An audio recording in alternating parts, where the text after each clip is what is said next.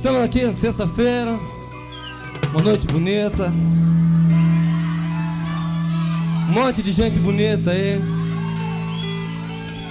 A gente veio aqui pra fazer a festa junto com vocês. Então eu tenho mais aqui a apresentar para vocês a banda Edzu!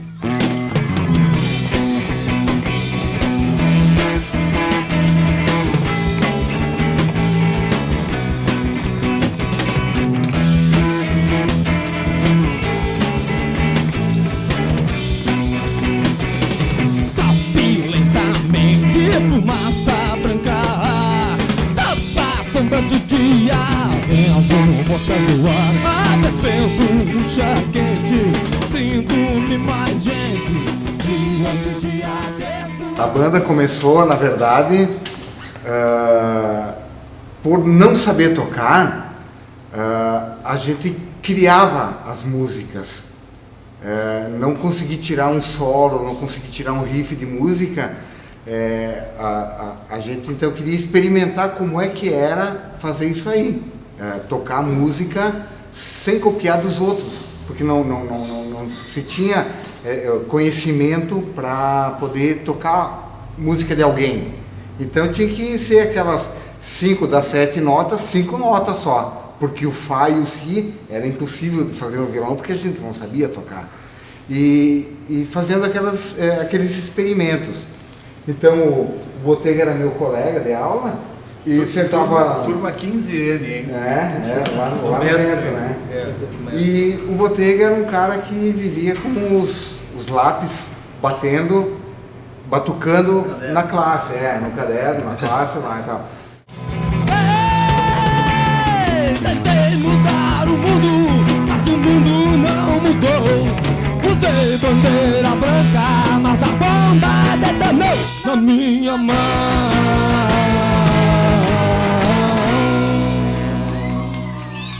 Nós fomos a primeira banda, para ver como sempre fomos precursores, né?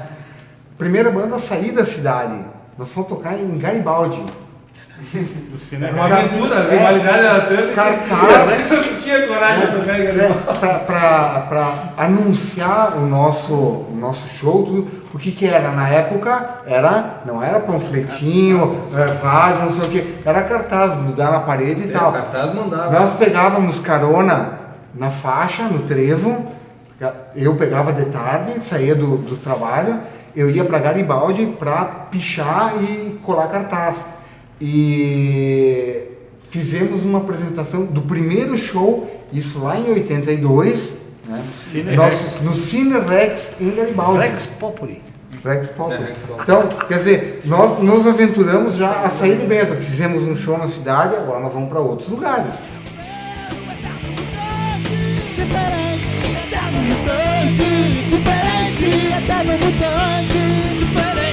eterno mutante, mamãe diferente, eterno mutante, papai diferente, eterno mutante, o povo entendia, aquele que foi. O Edzu teve uma carreira boa também porque oportunizava de tocar em eventos maiores. Eles eram convidados para tocar em festa em Fenavinho e outros eventos grandes, né? Então eles conseguiam uma visibilidade maior. E eles já estavam eles já eram uma rapaziada bem mais solta, né? Já mais caracterizado, eles já tinham vamos dizer, seu layout, né? Rapaziada já bem mais agarrada ao seu estilo, já não se preocupando tanto com papai, mamãe, titia, vizinho, né? Então isso ajuda a formatar essa cena de, vamos dizer, de apreciadores, de curtidores, né? da música autoral e particularmente do rock and roll. No comecinho dos anos 80, usar cabelo comprido era algo que não existia. Eu fui um dos primeiros em Bento a usar cabelo comprido. Se contava numa mão e ainda sobravam dedos de quem usava cabelo comprido, né?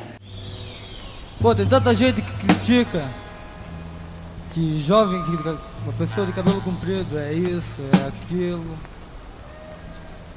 Eu tenho um pensamento bem contra isso. Aí, Nós vamos tocar uma música de Osmar Botega, pra ver se muda um pouco isso. Pessoas que são contra isso, que estão presentes aqui, mudem sua opinião. Todo mundo. Eu vou à luta de guitarra e de cabelos compridos. Eu vou à luta de guitarra e de cabelos compridos. Um outro local também que eu penso que é super importante para a história, acho que de toda, né, a cena de rock da cidade, que foi o auditório da Escola General Bento Gonçalves da Silva. O famoso auditório do Chiqueirinho. Isso. Que me lembro de eu, assim, mais jovem, né? Eu ia lá, a gente ia lá assistir, não era a tribo ainda, era o Asa do Som. Sim. Que é uma banda, que era o Hernani na batera, o Fernando Cainelli na guitarra e o Mauro Zini no baixo. O Asa do Som era uma banda instrumental, guitarra, baixo e bateria. E a gente fez alguns shows no Colégio Bento, né? E logo em seguida o Mauro saiu da banda para tocar baile, né? Aí chamamos o Volney Massolini, que hoje é da Velharia, entre outras bandas, né? Convidei o Lê, que o Lê tava tocando guitarra também, que tocava comigo na infância ali, né? Que ele tocava guitarra, eu tocava bateria daí, né? Aí a gente deu o nome, a tribo, o Hernani desenhou a patinha, o pezinho lá, meio que com galho e essas coisas, né? Que ele fazia, já trabalhava com serigrafia. E aí começou a tribo então, a gente começou a fazer as músicas, era mais eu e o Hernani, né? Que compunha, eu fazia as levadas de guitarra e o violão e ele escrevia, ou ele vinha com alguma coisa também e a gente escrevia.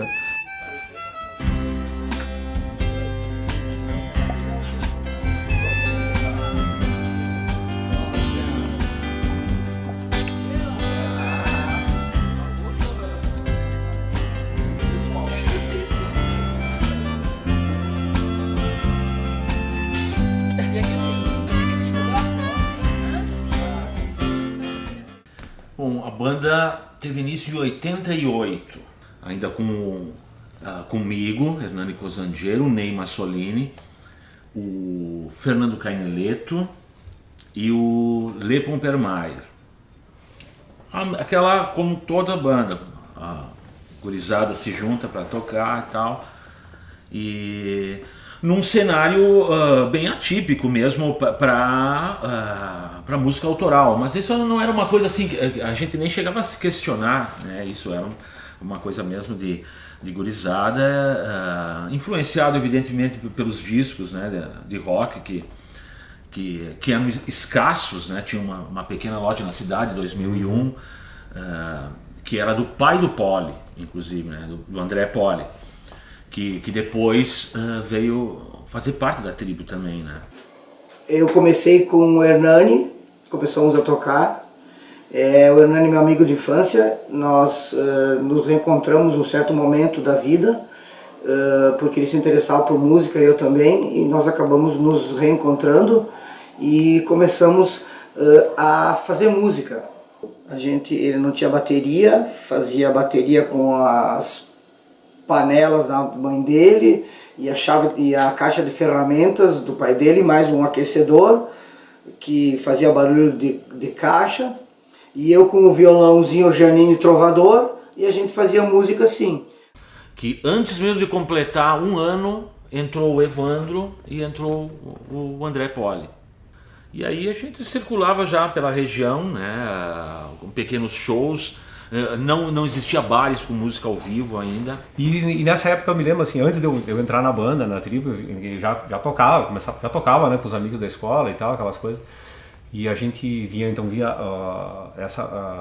o Asa do Som, aí tinha o Sétima Seita, que era uma banda do Milton Lingham, seu Milton Larentes, o Ed Zu. E nós fizemos uma banda na época com as nossas músicas próprias, que a gente fazia mini óperas rock e tal, e gostávamos de The Who também, e o Pete Townshend, essas óperas rock e tal, e nós fizemos uma banda, música própria também, a chamada Apocalipse. É que é difícil a gente ficar comparando, né, mas era um momento diferente, não tinha teatro nas quartas-feiras, que a cidade tinha, sei lá, 80 mil pessoas, nem isso, né, e enfim, a cena era bem mais agitada.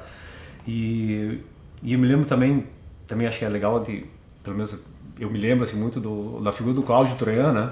Que acho que vai ter um capítulo aí do Troian, né, na história, que foi uma pessoa super importante no meio, assim, né, tanto para a tribo, para a Elétrica Tribo, como para as outras bandas, né, que foi umas pessoas que foi precursora, assim, né, na questão musical, assim, né. Então eu trazia um pouco esse espírito para a rapaziada aqui de Bento no sentido de estimulá-los a produzir música autoral e apresentar os seus espetáculos. E, de fato, diversas bandas seguiram esse caminho. Até hoje a gente vê esse revival aí do Edzu, que nós tivemos recentemente, né? É mais uma prova de que a qualidade do que se fazia já lá atrás, né? Nos anos 80 já se fazia coisa boa. E tu vê que nós já estamos há 30 e tantos anos, né, distantes desse momento criativo aí. Muitas vezes aquele vadio, assim que de repente, trancado num quarto, janela fechada, porta fechada, puta do baixo astral, nem som tem pra ligar. De repente, pá, o cara se toca assim, pô, o que eu tô fazendo? Daí, pá, aquele estalinho. De repente pensa um outro lado de vida. Dream.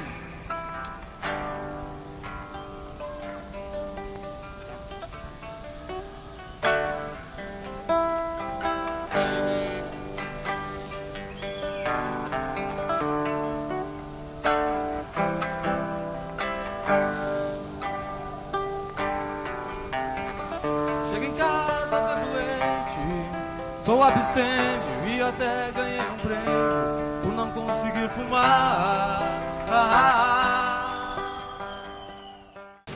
Nós pensávamos em produzir os próprios shows porque não existiam eventos particulares para fazer isso aí, a gente tinha que fazer.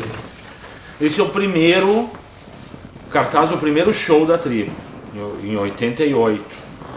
Que foi ali no auditório do Chiqueirinho. No auditório do Chiqueirinho. Com o sugestivo nome Se Dar Bem é a Vontade de Todo Mundo, revelando numa frase ingênua, o típico perfil do brasileiro. Foi involuntário, mas demonstra muita coisa sobre a personalidade de todos, né? A gente já tinha uma preocupação em apresentar um espetáculo. Perco a razão, cuspo saliva, é tudo ou nada, das tripas coração. Aí fomos pro primeiro disco, né? Num processo de o bônus da tribo, nós chamávamos, que a gente vendeu antecipado, né? As pessoas que gostavam da banda, fãs ou pessoas que queriam ajudar a banda, adquiriam um bônus, né? Então tu comprava, tu adiantava o dinheiro e aí depois a gente entregava, após uma certa data, a gente entregava o disco. Não, para gravar um disco é tanto, fazer mil bolachas e tal, é tanto, mas o pacote de estúdio, nós ficamos assim. A gente foi lá e conferiu, né? Conferiu, né, o estúdio lá, vamos lá, fez as contas, precisava de tanto, vamos gravar. O Botega me liga e diz, olha, a rapaziada daqui assim montou um grupo, tem um trabalho bacana, gravaram um vinil, a gente está indo a Porto Alegre para buscar as caixas de vinil, eu estou dando um apoio aqui para eles, do ponto de vista de marketing e tal, quem sabe tu entra nessa parada. Aí eu entrei nessa parada efetivamente, ficamos eu e o Botega, reuníamos com a rapaziada quando eles estavam tocando e a gente conversava sobre carreira, sobre estrutura musical, sobre mercado, né? Uma espécie de conselheire, né? No sentido de contribuir assim com a rapaziada. A gente gravou umas 10 músicas, né? Lembro que a gente foi pro meu sítio, nós ensaiamos umas 10 músicas, acho que umas 500 vezes, assim, o dia inteiro, durante alguns dias, assim, só ensaiando. Pegamos um buzunca, um ônibus da Bento, e fomos lá Porto gravar. No domingão, ficamos gravando domingos, segunda, terça, quarta, quinta, sexta. No sábado a gente mixou o disco e no domingo de manhã pegou o Buzanca de volta. Esse é o disco, é muito mais rock and roll, que foi gravado aí em setembro de 1990. Primeiro disco. O primeiro vinil de rock da Serra Gaúcha aqui, cara. Porque na época as bandas que gravavam os vinis eram só bandas que as gravadoras que tinha as gravadoras nacionais que bancavam uma banda, vamos dizer, independente, bancar um disco, assim, não... E foi um salto, assim, enorme. Sim, nossa, foi um feito, né? Foi um feito, assim... Nossa, eu me lembro, assim, como se fosse ontem, assim, sabe? Aquele engajamento, assim, sabe? Aquela coisa de tu ver o vinil, sabe, né?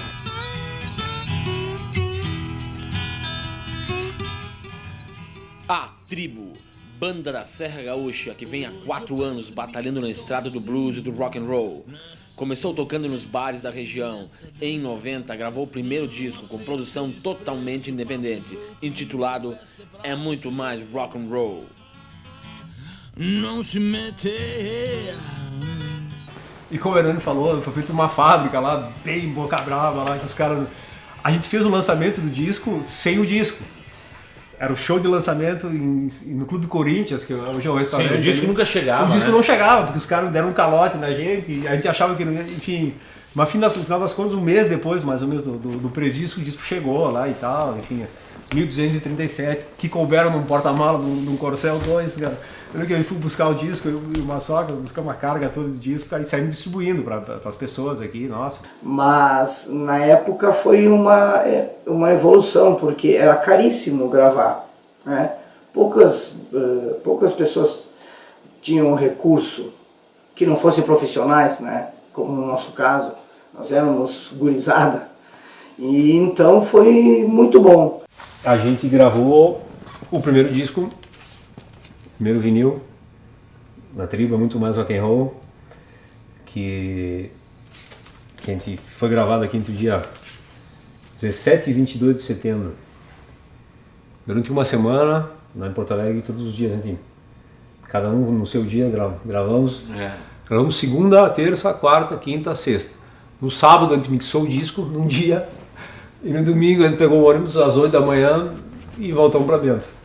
E a gente foi depois pegar só a bolacha, né? Que o vinil, temos um encarte do disco aqui também. Tem as letras aqui assim e tal. Tem a ficha técnica aqui. Os agradecimentos aqui. Belas lembranças aqui, né? Muito legal.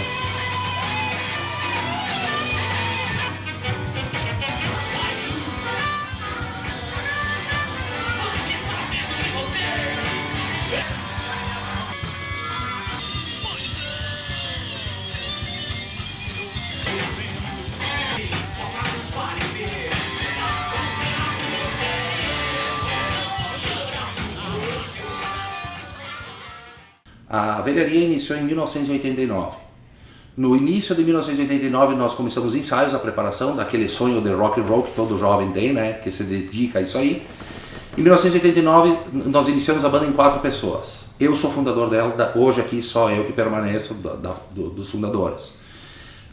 Começamos em 4 e 8 meses depois entrou o alemão Velharia na banda, né, que toca harmônica e voz. E a banda tocou mais ou menos 5 anos, assim, 6 anos, com essa formação de 5 pessoas, né? Velharia. Aí ficamos discutindo sobre esse nome, velharia. Pô, algo como, vai soar como velho. Aí que veio a gente pôr, no começo lá até deve ter alguma coisa perdida aí, né, pelo caminho, que a gente pôs o velharia, o Hernani fez um logo, velharia com um baú, uns instrumentos saindo assim pra fora, um baú. Que o velharia seria velharia de coisa antiga, ainda num sentido velho. Primeiro show foi final de 89. Eu não sei exatamente o dia, mas foi aí por setembro, outubro de 89. Foi na frente da prefeitura municipal. Fomos como convidados assim para tocar 4 músicas. Tinha outras bandas.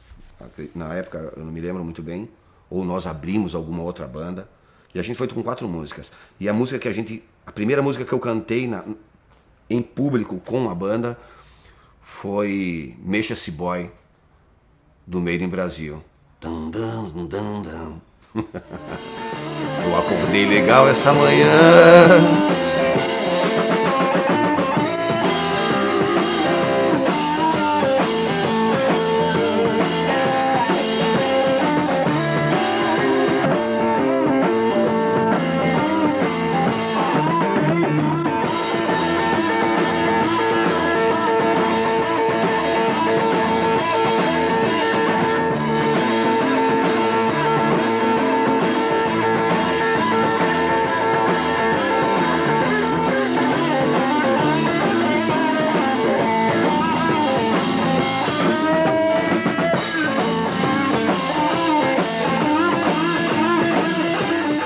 sempre a composição artística ficou a cargo do Alemão e do Poli. O Alemão, excelente, letrista, as letras dele são bem desprendidas, a recepção do público sempre foi extremamente boa para a velharia. Nós chegamos num ponto de tocar 72 shows em 1 ano e meio, em 18 meses, né? Foi no meados de 95 e 96. A gente saía dos shows dos locais com a data fechada, com a segunda data fechada já, e a receptividade sempre foi boa, pelo que eu disse aí, então, né? As músicas alegres, desprendidas, juventude, liberal, aquela coisa toda, então todo mundo gostava, até hoje gosta, né? E eu sabia que o Rodrigo, eu sabia que a velharia tinha parado, porque o Alemão foi trabalhar em Farroupilha, e aí a velharia estava separada. Eu queria tocar, sabendo disso, eu fui atrás de músicos. Consequentemente, precisava de um baterista, fui na casa do Rodrigo Garcia, que é o verdadeiro fundador da velharia, né? Inclusive ele colocou um nome e tudo. Fui na casa do Rodrigo e disse: Rodrigo, eu não estou mais na tribo e estou com vontade de montar uma banda para tocar. A partir daí começamos a remontar a velharia e a fazer música própria. Isso já eram anos 90.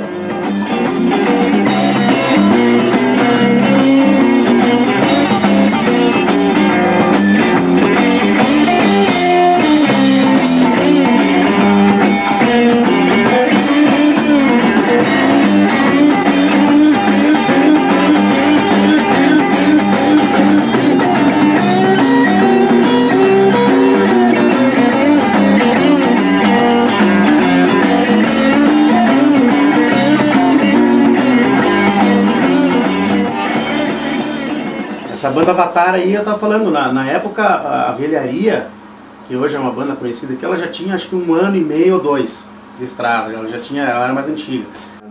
Começou em 89 na real, né? Mas vamos falar um pouquinho do Avatar em específico.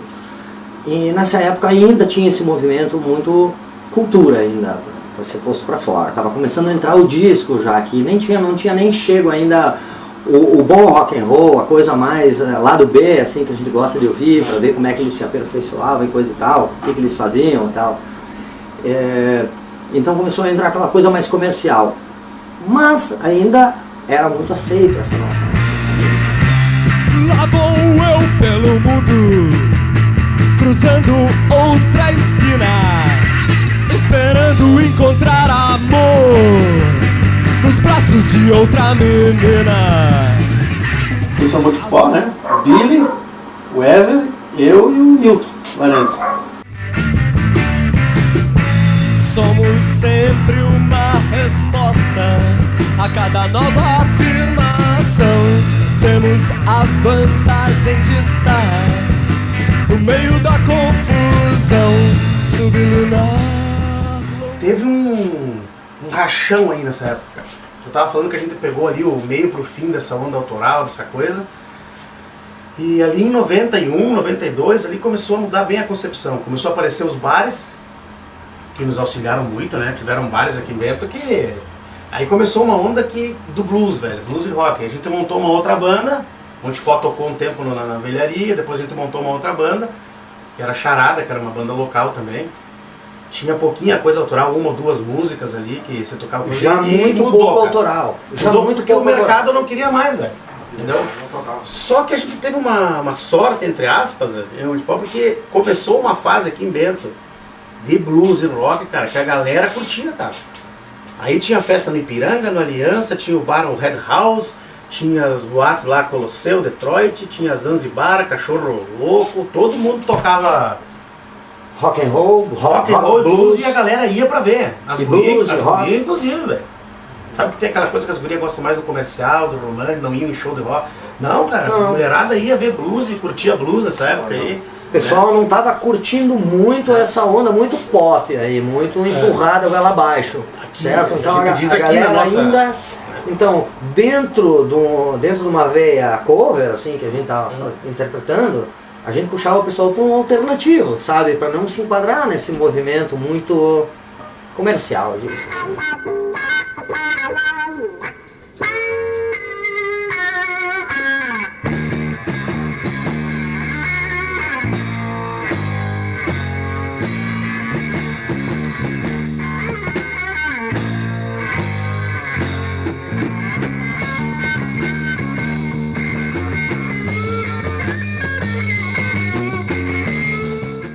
Era uma coisa muito original, assim, porque não tinha, hoje em dia, inclusive, eu acho que a gente teria dificuldade de recriar, porque a gente já tem uma escola na música de 20 anos pra cá, e naquela época nós éramos crus mesmo, assim, bem crus. Quando se começa não tem os vícios, né? Isso que se cria depois, né? Então as coisas saem mais originais, né?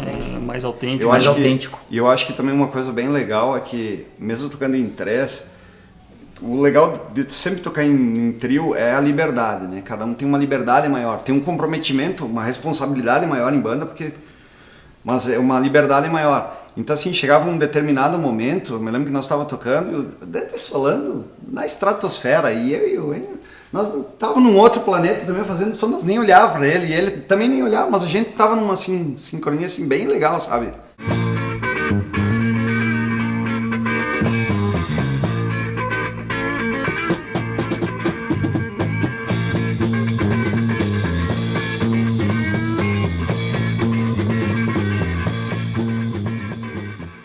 Nós tínhamos várias músicas instrumentais, porque nenhum de nós sabia cantar, na verdade. Não era um vocalista nato, assim, então o nosso negócio era instrumental.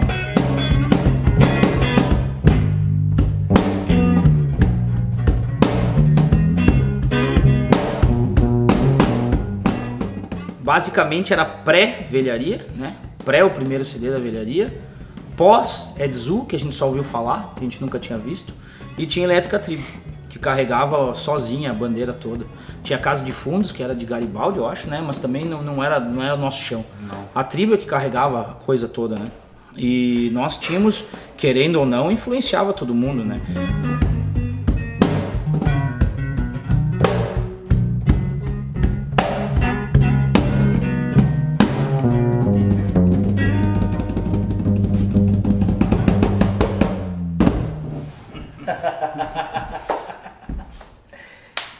Valeu, cara.